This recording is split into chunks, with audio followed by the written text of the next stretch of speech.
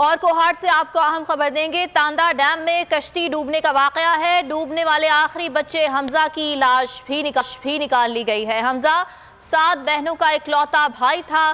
6 रोज बाद rescue operation मुकम्मल हुआ है। तमाम 52 अफराद की लाशें निकाल ली गई हैं, जबकि 5 को बचा लिया गया था।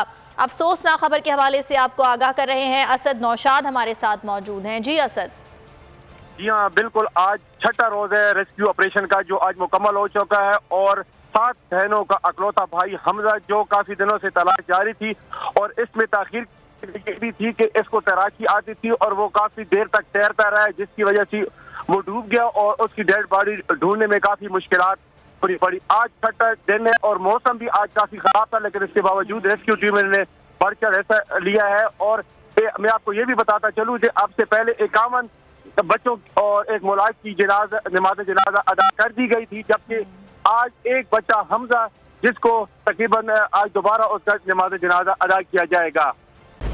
खूने नाहक बहुत पी चुकी ये जमीन, अब कोई दिन में ये खून उगलने को है। खत्म हो जाएगी ये तमाशागरी, वक्त पलटेगा रोजे जजा की तरह।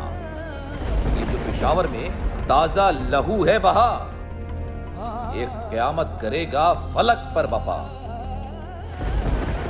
गम की सलमनाक घड़ी में बोल सानह पेशावर में शहीद होने वालों के लवाहिकीन के साथ